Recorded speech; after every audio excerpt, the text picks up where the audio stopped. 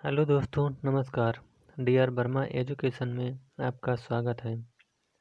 आज हमने नया पाठ लाया है जिसका नाम है राष्ट्रपति। तो चलिए शुरू करते हैं। राष्ट्रपति पद की अर्हताएं। इसका उल्लेख अनुच्छेद 58 में किया गया है।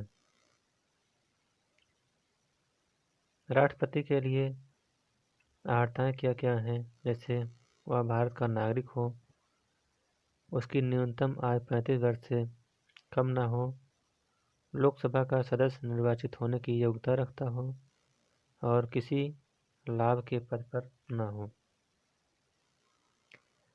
भारत में राष्ट्रपति का निर्वाचन किस प्रकार होता है? तो भारत में राष्ट्रपति का निर्वाचन अप्रत्यक्ष मतदान से आनुपातिक प्रतिनिधित्व से एकल संक्रमणी मत प्रणाली द्वारा राष्ट्रपति का चुनाव होता है। भारत के राष्ट्रपति के चुनाव में मतदान कौन करता है? तो भारत के राष्ट्रपति के चुनाव में राज्यसभा, लोकसभा और राज्य व केंद्र शासित प्रदेशों की विधानसभाओं के निर्वाचित सदस्य भाग लेते हैं। भारत के राष्ट्रपति उम्मीदवार के प्रस्ताव का अनुसमर्थन कम से कम कितने सदस्यों द्वारा किया जाना चाहिए? तो यह समर्थन कम से कम 50 निर्वाचकों के द्वारा किया जाना चाहिए। भारत में राष्ट्रपति का चुनाव एकल हस्तांतरणीय मत प्रणाली द्वारा किया जाता है। राष्ट्रपति के निर्वाचन में किसी राज्य का मुख्यमंत्री किस स्थिति में मतदान करने के लिए पात्र नहीं होगा? तो यह यदि वह राज्य विधानमंडल में उच्च सदन का सदस्य हो, तो वह किसी मुख्यमंत्री की स्थिति में मतदान करने का पात्र नहीं होगा।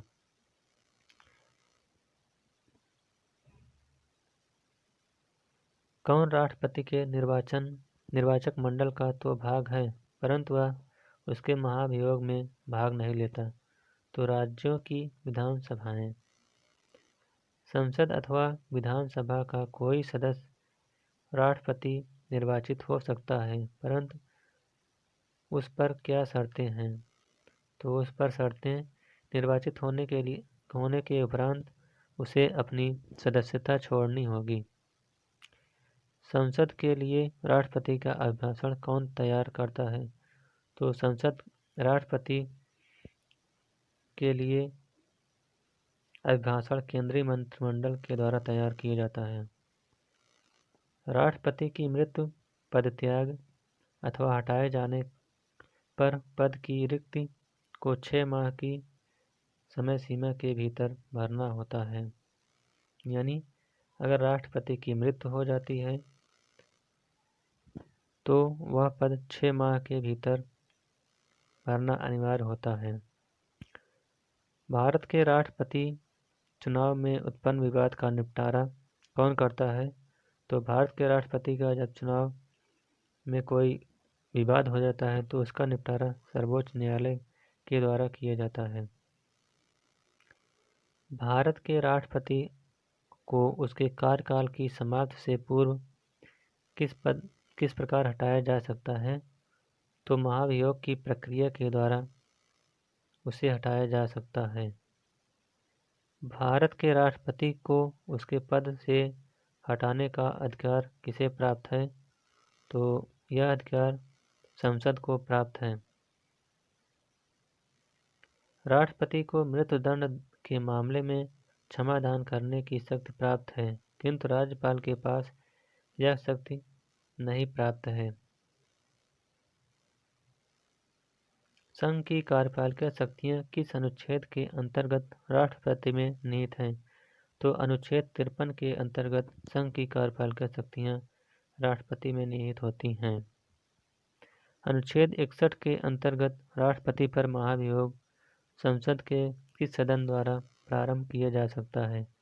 तो राष्ट्रपति पर जो महाभियोग लगाया जाता है वह संसद के किसी भी सदन के द्वारा लगाया जा सकता है। भारतीय संविधान का कौन सा अनुच्छेद राष्ट्रपति पद के लिए पुनः निर्वाचन की पात्रता निर्धारित करता है, तो यह अनुच्छेद 57 है। राष्ट्रपति को कोई भी विषय पुनर्विचार के लिए मंत्रिपरिषद को वापस भेजने का अधिकार किस संविधान संशोधन द्वारा प्रदान किया गया है?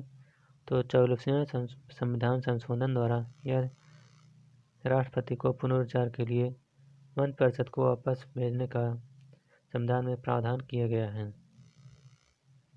भारतीय संविधान के किस अनुच्छेद के अंतर्गत राष्ट्रपति संसद के दोनों सदनों द्वारा पारित किसी विधेयक पर अपनी स्वीकृति रोक सकते हैं? तो यह अनुच्छेद 111 है। किस अनुच्छेद के अंतर्गत राष्ट्रपति कुछ आकस्मिकताओं में राज्यपाल के कार्यों के निर्वहन हेतु उपबंध कर सकता है? तो यह अनुच्छेद 160 में है। राष्ट्रपति से संबंधित महत्वपूर्ण अनुच्छेद। अनुच्छेद 52 में यह कहा गया है कि भारत का एक राष्ट्रपति होगा। अनुच्छेद 53 में संघ की कार्यपालिका शक्तियों का उल्लेख है। अनुच्छेद 54 में राष्ट्रपति का निर्वाचक मंडल का उल्लेख किया गया है। अनुच्छेद 55 में राष्ट्रपति के निर्वाचन की रीति का उल्लेख है। अनुच्छेद 56 में राष्ट्रपति की पदावधि का उल्लेख है। अनुच्छेद 57 में पुनर्विचार के लिए पात्रता का वर्णन है। अनुच्छेद 58 में राष्ट्रपति निर्वाचित होने के लिए अर्हताएं क्या क्या होनी चाहिए, इसका उल्लेख है। अनुच्छेद 59 में राष्ट्रपति पद के लिए शर्तें। अनुच्छेद 60 में राष्ट्रपति द्वारा शपथ या प्रतिज्ञान का उल्लेख है। अनुच्छेद 61 में राष्ट्रपति पर महाभियोग चलाने की प्रक्रिया का उल्लेख है। अनुच्छेद 62 में राष्ट्रपति का पद रिक्त होने की स्थिति में उसे भरने के लिए निर्वाचन करने का समय और आकस्मिक रिक्त को भरने के लिए निर्वाचित व्यक्ति की पदावधि का उल्लेख है। अनुच्छेद 72 में क्षमा आदि की और कुछ मामलों में दंडादेश के निलंबन, परिहार या लागूकरण की शक्ति राष्ट्रपति को प्राप्त है। अनुच्छेद 73 में संघ की कार्यपालिका शक्ति का विस्तार का उल्लेख किया गया है। सर्वोच्च न्यायालय के न्यायाधीश को उसके पद से हटाने का अधिकार किसे प्राप्त है? तो सर्वोच्च न्यायालय के न्यायाधीश को हटाने का अधिकार राष्ट्रपति को प्राप्त होता है।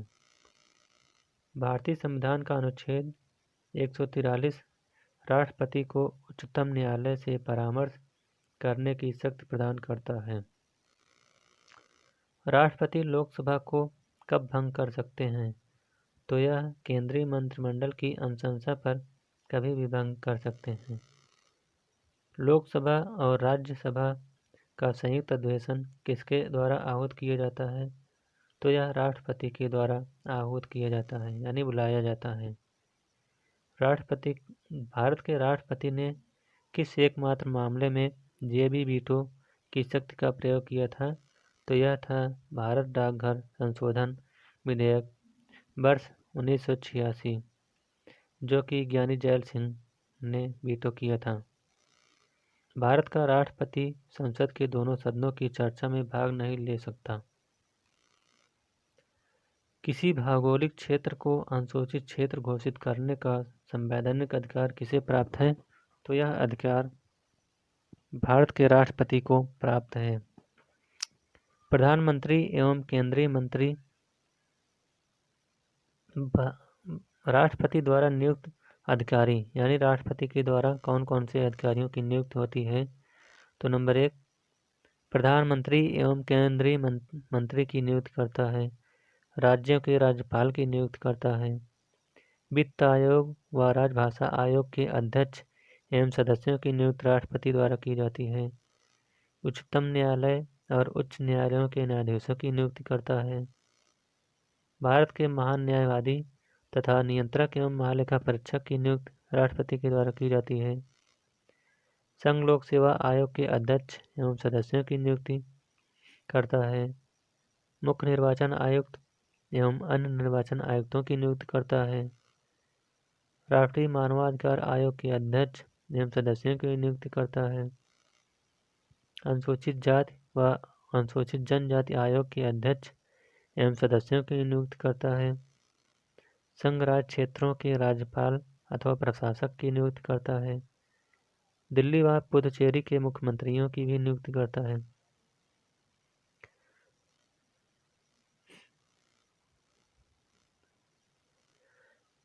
वर्तमान में राष्ट्रपति का मासिक वेतन कितना होता है, यानी एक महीने में राष्ट्रपति को कितना वेतन मिलता है, तो 5 लाख। यदि भारत के राष्ट्रपति का पद रिक्त हो जाए तो और कोई उपराष्ट्रपति भी ना हो, तब कार्यवाहक राष्ट्रपति कौन होगा, तो सर्वोच्च न्यायालय का मुख्य न्यायाधीश राष्ट्रपति के रूप में कार्यवाहक का कार्य करेगा। वह राष्ट्र का प्रतिनिधित्व करता है परंतु राष्ट्र का नेतृत्व नहीं करता। यह उक्ति किस पर लागू होती है, तो यह उक्ति भारत के राष्ट्रपति पर लागू होती है। भारत के राष्ट्रपतियों में से कौन बिहार का राज्यपाल रह चुका था, तो डॉक्टर जाकिर हुसैन और श्री रामनाथ कोविंद, जो कि राष्ट्रपति होते हुए भी बिहार के राज्यपाल रह चुके थे। राष्ट्रपति के विरुद्ध महाभियोग संसद द्वारा चलाई जाने वाली एक अर्ध न्यायिक प्रक्रिया है। राष्ट्रपति के प्रसाद पर्यंत पद धारण करने वाले पदाधिकारी, तो राष्ट्रपति के प्रसाद पद धारण करने वाले अधिकारी नंबर 1 संघ के मंत्री, नंबर 2 राज्यों के राज्यपाल, नंबर 3 भारत का महान न्यायवादी। एक विधेयक जो संसद में प्रस्तुत किया जाता है वह किस प्रक्रिया के बाद अधिनियम बन जाता है, तो राष्ट्रपति जब हस्ताक्षर कर देता है तो यह विधेयक कानून का रूप धारण कर लेता है। जब कोई विधेयक संसद के दोनों सदनों द्वारा पारित कर दिया जाए तो राष्ट्रपति को उस विधेयक पर अपनी अनुमति रोकने का अधिकार प्राप्त होता है। निर्विरोध रूप में चुने गए भारत के प्रथम राष्ट्रपति कौन थे, तो नीलम संजीवा रेड्डी निर्विरोध के रूप में चुने जाने वाले पहले राष्ट्रपति थे।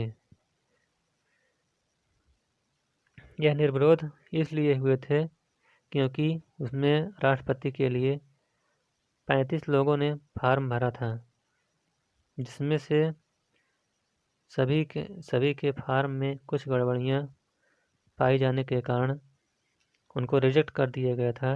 सिर्फ अकेले नीलम संजीवा रेड्डी ऐसे व्यक्ति बच्चे जो कि उनका फॉर्म सही पाया गया, इसीलिए वह निर्विरोध राष्ट्रपति के रूप में चुन लिए गए हैं।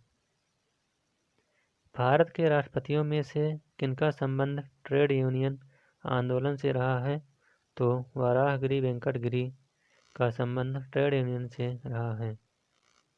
भारतीय संविधान भारत के राष्ट्रपति को राज्यों के मुख्यमंत्री की नियुक्ति का अधिकार नहीं देता है। राष्ट्रपति का कार्यकाल कितना होता है, तो राष्ट्रपति का कार्यकाल पद ग्रहण के दिन से 5 वर्ष तक रहता है। भारत के किस राष्ट्रपति को मिसाइल मैन की संज्ञा दी जाती है, तो डॉक्टर APJ अब्दुल कलाम को मिसाइल मैन कहा जाता है। भारत के मुख्य न्यायाधीशों में से किसने राष्ट्रपति के रूप में कार्य किया था, तो जस्टिस M हिदायतुल्लाह ने मुख्य न्यायाधीश के रूप में राष्ट्रपति के रूप में कार्य किया था। धन विधेयक को पुनर्विचार हेतु लौटाने का संवैधानिक विशेषाधिकार भी राष्ट्रपति के पास नहीं होता है। श्री रामनाथ कोविंद का भारतीय गणतंत्र के राष्ट्रपति के रूप में कौन सा क्रम है, तो उनका क्रम 14वां है। वित्त आयोग की नियुक्ति कौन करता है, तो वित्त आयोग की नियुक्ति राष्ट्रपति के द्वारा की जाती है। राष्ट्रपति के रूप में डॉक्टर राजेंद्र प्रसाद ने सबसे लंबी अवधि यानी 1950 से लेकर 1962 तक एवं डॉक्टर जाकिर हुसैन ने कार्यकारी राष्ट्रपति छोड़कर सबसे कम अवधि यानी 1 वर्ष 11 दिन तक कार्य किया था। राष्ट्रपति द्वारा क्षमादान की स्थितियाँ, यानी राष्ट्रपति कब किसी व्यक्ति को क्षमा कर सकता है, जैसे नंबर 1, जब दंड सेना न्यायालय द्वारा दिया गया हो। नंबर 2, जब दंड संघीय विषय से संबंधित विधि के विरुद्ध अपराध के लिए दिया गया हो। और नंबर 3, जब दंडादेश मृत्युदंड हो। राष्ट्रपति के विरुद्ध महाभियोग संसद द्वारा चलाई जाने वाली एक अर्ध न्यायिक प्रक्रिया है। तो इस प्रकार से राष्ट्रपति का ये चैप्टर समाप्त होता हुआ। अगर ये वीडियो आपको अच्छा लगे तो वीडियो को लाइक, शेयर और चैनल को सब्सक्राइब करिएगा। Thank you.